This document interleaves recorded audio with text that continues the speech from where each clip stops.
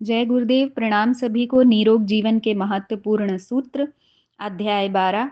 Last topic में हमने पढ़ा था कपड़ों के स्वास्थ्य पर प्रभाव के बारे में।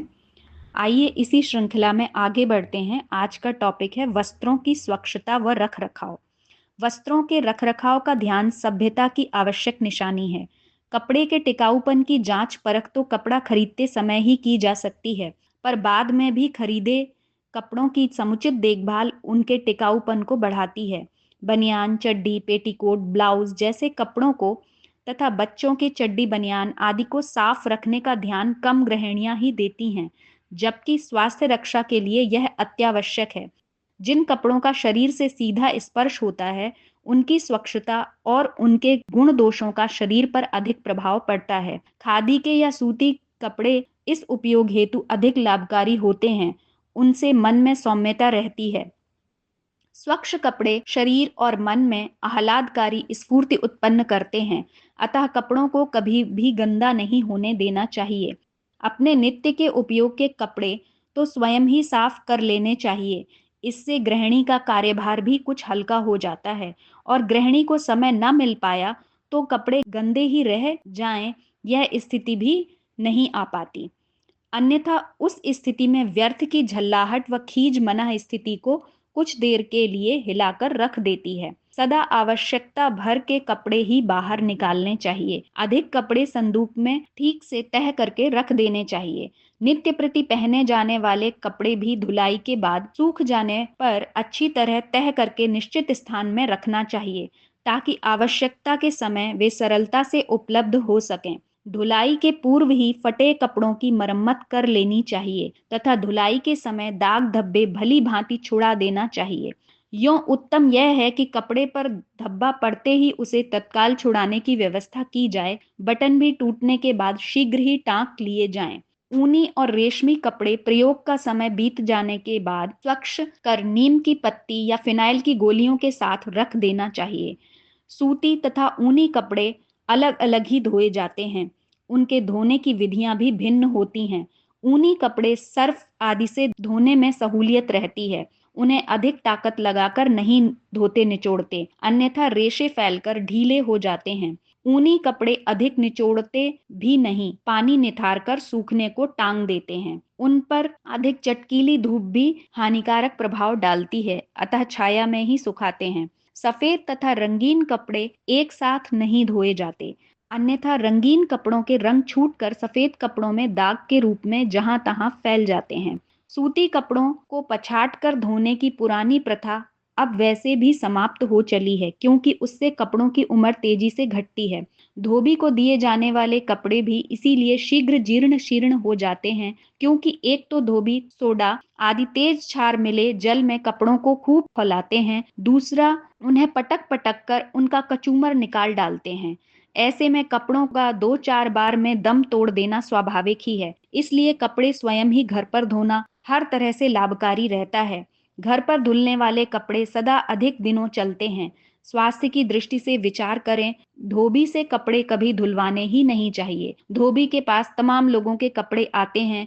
इनमें तरह तरह के रोगाणुओं का भी सूक्ष्म अस्तित्व रह सकता है, जो दूसरे कपड़ों में भी अपना प्रभाव फैला सकता है। किंतु इससे भी भयानक बात है वह पानी जिसमें अक्सर धोबी कपड़े धोते हैं। शहरों में विशेषकर धोबी ऐसे स्थानों में कपड़े धोते हैं जहां का जल अत्यंत दूषित व हानिकारक होता है। उस रोगाणु पूरित गंदे जल से धुले कपड़ों को पहनना प्रच्छन्न गंदगी धारण करना ही कहा जाएगा।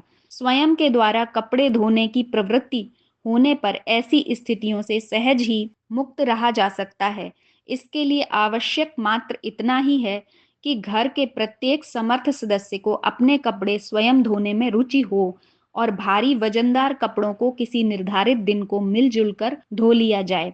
घरेलू नौकर से यदि कपड़े धुलवाए जाएं तो ऐसा अपनी देख रेख में ही किया जाए। धोबी को कपड़े धोने हेतु देने में शहरों में एक और खतरा है। कई धोबी अपने लड़के, भतीजों या दूसरे लोगों को धुले कपड़े उधार पर भी देते रहते हैं, जिन्हें वे लोग पहनकर सैर सपाटा करते घूमते टहलते हैं। ऐसा क्रम से किया जाता रहता है और जिसके कपड़े हैं उसे पता भी नहीं चल पाता, क्योंकि वह तो अपने कपड़े धोबी के पास धुलने को पड़े हुए हैं समझता है। चालाक धोबी थोड़े पैसों के लोभ में यह धंधा चलाते रहते हैं। ऐसी स्थिति में उन उधारी कपड़ा पहनने वालों के शारीरिक संसर्ग में कपड़ों पर पड़ने वाले दूषित प्रभाव, रोगाणुओं आदि से कपड़ों के वास्तविक स्वामी को हानि पहुंचने का खतरा बना रहता है। घर में कपड़े धोने में एक कठिनाई यह आ सकती है कि दाग धब्बे कैसे छुड़ाए जाएं। इस हेतु ये जानकारियां उपयोगी सिद्ध हो सकती हैं। चाय के दाग मिटाने हेतु पोटेशियम परमैंगनेट लगाएं। बाद में ऑक्जेलिक एसिड सूती कपड़ों के चाय के दाग सुहागा मिले पानी से भी छूट जाते हैं। 200 ग्राम पानी में 1 ग्राम सुहागा होना चाहिए, अर्थात 2 किलो में 10 ग्राम। घोल गर्म हो। यदि कंबल पर चाय या कॉफी के दाग पड़ जाएं, तो दाग के स्थान के नीचे एक चपटी, कटोरी या प्लेट रखकर ऊपरी भाग से ग्लिसरीन डालें और उंगली से धब्बे को रगड़ें। रगड़ते रगड़ते ग्लिसरीन सूख जाए तो थोड़ी और डाल लें। फिर कंबल उस दिन वैसे ही टांग दें। दूसरे दिन धब्बे वाले भाग को धो डालें। सूती वस्त्र में हल्दी के धब्बे लग जाएं तो उन्हें साबुन मिले पानी में धोकर खुली धूप में डाल दें। सिल्क तथा ऊनी वस्त्रों में लगे हल्दी के दाग छुड़ाने के लिए उन्हें पोटेशियम परमैंगनेट तथा अमोनिया के घोल में डुबोकर धोना होता है। चाय, कॉफी, चॉकलेट आदि के दाग नींबू और नमक रगड़ने से छूट जाते हैं। चिकनाई के दाग पेट्रोल से छूट जाते हैं, या फिर कार्बन टेट्राक्लोराइड का प्रयोग कर फिर साबुन मिले गर्म पानी से धोएं, अथवा अमोनिया मिश्रित पानी में दाग वाला हिस्सा भिगोकर उस पर कागज रखकर इस्त्री कर दें। ग्रीस, तेल आदि के दाग मैग्नीशियम कार्बोनेट से छूट जाते हैं, उसे डालकर रगड़ें। 2-4 बार ऐसा कर फिर ब्रश से कार्बोनेट को झाड़कर साफ कर दें। रेशमी कपड़ों से चिकनाई के धब्बे छुड़ाने हो तो दाग वाले स्थान के नीचे ऊनी कपड़ा या कई तह वाला सूती कपड़ा रखकर पेट्रोल या बेंजीनी दाग पर लगाएं। सूखने पर ब्रश से झाड़ दें। रेशमी साड़ी हो तो उसे मेज पर फैलाकर टैल्कम पाउडर अच्छी तरह छिड़क देवें। 15-20 मिनट बाद किसी तरह साफ कपड़े से पाउडर हटा दें। यह क्रिया कई बार करें जब तक चिकनाई का दाग हट न जाए। इस क्रिया से मशीनी तेल की चिकनाई भी छूट सकती है। नीलगिरी का तेल भी चिकनाई के दाग छुड़ा देता है। पान का धब्बा कच्चे दूध में फुलाने से छूट जाता है। पसीने के धब्बे छुड़ाने के लिए उसे 1 घंटे तक स्प्रिट में भिगोए रखें। फिर साबुन मिले गर्म पानी में थोड़ा अमोनिया मिलाकर कपड़े पर रगड़ दें। पसीने के दाग पोटेशियम परमैंगनेट अथवा हाइड्रोजन पेरोक्साइड के घोल में डालने से भी छूट जाते हैं। वस्त्र को धूप में पड़े रहने देने के बाद भी साबुन में धोने पर पसीने के दाग छूट जाते हैं। स्याही के दाग दही या ब्लीचिंग पाउडर से छूट जाते हैं। आमचूर घोल कर दाग में लगाने से या आलू, अमरूद, टमाटर काट कर मलने से और बाद में साबुन से धो लेने से भी स्याही के दाग छूट जाते हैं। स्प्रिट से डुबोने से या अमोनिया के ठंडे घोल में डुबोने से लाल स्याही के दाग छूट जाते हैं। रेशमी कपड़ों में स्याही का दाग लग जाए तो पहले उसे कुछ देर तारपीन के तेल में डुबो रखें, फिर साबुन से धो डालें। फलों के दाग सुहागे का चूर्ण मलकर ऊपर से गर्म पानी डालकर धोए जा सकते हैं, अथवा पहले गर्म पानी से धोकर फिर उसमें ग्लिसरीन के 2-4 बूंदे डालकर मलें और ठंडे पानी से धो डालें। 3 घंटे बाद सिरके से या ऑक्जेलिक एसिड से धो डालें। जंग लगे दाग धब्बे छुड़ाने के लिए नींबू थोड़ा गर्म करके रगड़ें, फिर नमक फैला दें। इसके बाद कपड़ा देर तक धूप में पड़ा रहने दें। ऐसा 2-3 बार करें, या फिर ऑक्जेलिक एसिड के दानों की पोटली बनाकर पानी में डुबो डुबो कर धब्बे पर रगड़ें, फिर थोड़ी देर धूप लगने दें। ऐसा कई बार करने पर दाग छूट जाएगा। तब वस्त्र को पानी में अच्छी तरह धो लें, उस पर से एसिड का असर खत्म हो जाएगा। मेहंदी के दाग छुड़ाने के लिए उबले दूध में दाग वाला हिस्सा आधे घंटे डुबोए रखें, बाद में साफ पानी से धो डालें, या फिर कच्चे आलू के टुकड़े दाग वाले हिस्से पर रगड़ें, फिर साफ पानी से धो डालें। तारकोल का दाग छुड़ाने के लिए पेट्रोल, तारपीन का तेल आदि से रगड़कर बाद में कपड़ा साबुन से धो डालें। कपड़ा रेशमी हो तो पेट्रोल या बेंजीन का प्रयोग करें। सूती कपड़े का दाग छुड़ाने के लिए दाग वाले हिस्से के नीचे सोखता कागज रखें, ऊपर से तारपीन का तेल रुई में लगाकर रगड़ें। तत्पश्चात स्प्रिट से धो डालें। मिट्टी के तेल या नीलगिरी के तेल के प्रयोग से भी तारकोल का दाग छूट जाता है। काजल का दाग छुड़ाने के लिए दाग वाले भाग को मिट्टी के तेल में भिगोकर कुछ देर बाद साबुन और गर्म पानी से धो डालें। पक्के रंगों का दाग छुड़ाना कठिन होता है। अच्छा यह होता है कि उसी रंग से पूरा कपड़ा ही रंग दिया जाए। यों ब्लीचिंग पाउडर का घोल प्रयोग में लाया जा सकता है। अमोनिया तथा ऑक्जेलिक एसिड के हल्के घोल से धोने पर भी लाभ संभव है। वार्निश के दाग छुड़ाने के लिए अमोनिया और तारपीन बराबर मात्रा में लें। दाग वाला हिस्सा उसमें भिगोएं। थोड़ी देर बाद साबुन से धो डालें। इन दागों को छुड़ाने के लिए अल्कोहल तथा मेथिलेटेड स्प्रिट का भी प्रयोग किया जाता है। खून के धब्बे छुड़ाने के लिए उस हिस्से को कुछ घंटे दूध में डुबोए रखें, फिर धो डालें। कपड़ा धोने लायक ना हो तो खून लगते ही ठंडे पानी में रुई भिगोकर स्पंज कर दें, या फिर दाग वाले हिस्से में स्टार्च का पेस्ट फैलाकर सुखाकर ब्रश से रगड़ लें। धोने योग्य कपड़ा हो तो आधा किलो पानी में 1 चम्मच नमक मिलाकर कपड़ा धोने से रक्त के दाग छूट जाते हैं, या गुनगुने पानी में अमोनिया की कुछ बूंदें डालकर कपड़ा थोड़ी देर डुबोए रखें, फिर साफ पानी से धो डालें। जैतून का तेल दाग पर मलकर फिर पानी से धोने से रक्त के दाग छूट जाते हैं। यदि इस पर भी शेष रह जाएं तो 2-3 बूंद अमोनिया पानी में घोलकर दाग वाले हिस्से को उसमें डुबोकर रखें, फिर धूप में सुखा लें। इन बातों का ध्यान रखकर कपड़ों के दाग छुड़ाए जा सकते हैं। दाग छुड़ाना भी कपड़ों के रखरखाव का एक महत्वपूर्ण अंग है। कपड़ों की धुलाई करने से पहले आवश्यक मात्रा में नील, टिनोपाल, कलफ जैसी वस्तुओं की व्यवस्था करने पर धुलाई का कार्य प्रारंभ करना चाहिए। सभी कपड़ों को पानी में भिगोने के पूर्व उनका वर्गीकरण किया जाना आवश्यक है, ताकि अलग-अलग कपड़ों की आवश्यकता के अनुसार धुलाई कर सकें। यह विभाजन कुछ इस तरह करना अच्छा होता है। रंगों के आधार पर कच्चे और पक्के रंग के कपड़े अलग-अलग रख लें, क्योंकि कच्चे रंग दूसरे कपड़ों को खराब कर देंगे। सफेद कपड़ों में कोमल और पतले कपड़ों को अलग और साधारण तथा मोटे कपड़ों को अलग-अलग धोएं।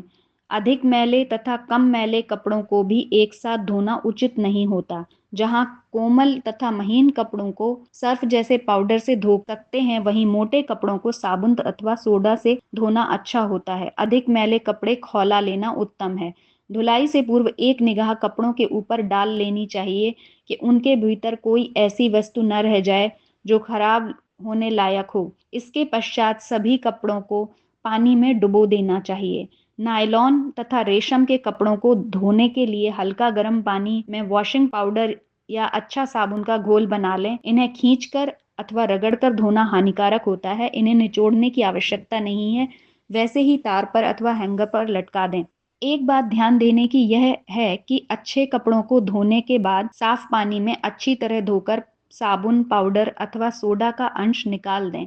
ऐसे कपड़ों को जिनमें नील, टिनोपाल अथवा कलफ लगाना हो, साधारण निचोड़कर उनको घोल में डालना चाहिए।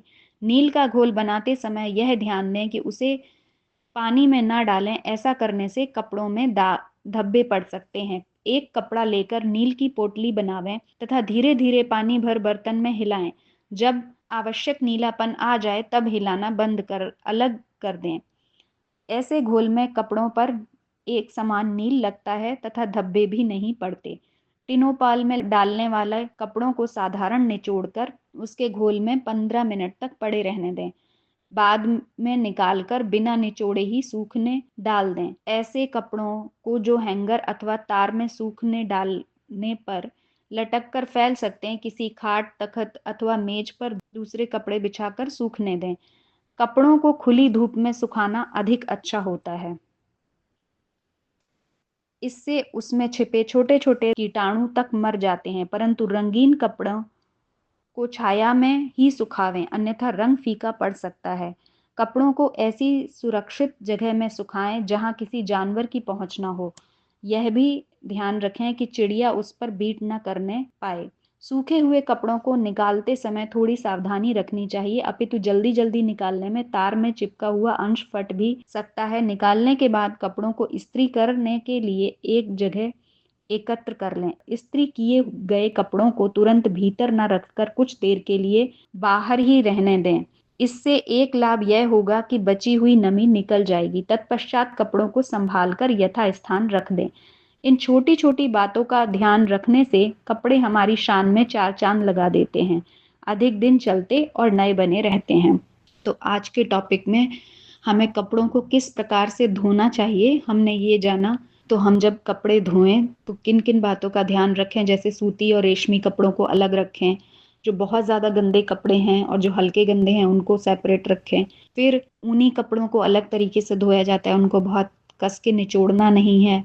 तो इन सब बातों का हम ध्यान रख के उनको इजी या जो अच्छे लिक्विड्स आते हैं उनमें धोया जाता है। जबकि सूती कपड़ों को, जिनमें सोडा ज़्यादा होता है, उसमें धोने का प्रावधान है। और रंगीन और सफ़ेद कपड़ों को अलग रखें, जिनके रंग निकलते हैं, जिनके रंग कच्चे हैं, उनको अलग रखें, क्योंकि अदरवाइज़ वो दूसरे कपड़ों को भी ख़राब कर देंगे। तो इस तरह हमने छोटी छोटी बातों को जाना और ये भी जाना कि हमें अपने कपड़ों को स्वच्छ रखना चाहिए। अगर कहीं से फटे हैं तो उनको पहले हमें सिल देना चाहिए और फिर हमें उनको सही तरीके से रखना चाहिए। उससे उनकी लाइफ बढ़ती है, कपड़ों की लाइफ ज़्यादा होती है।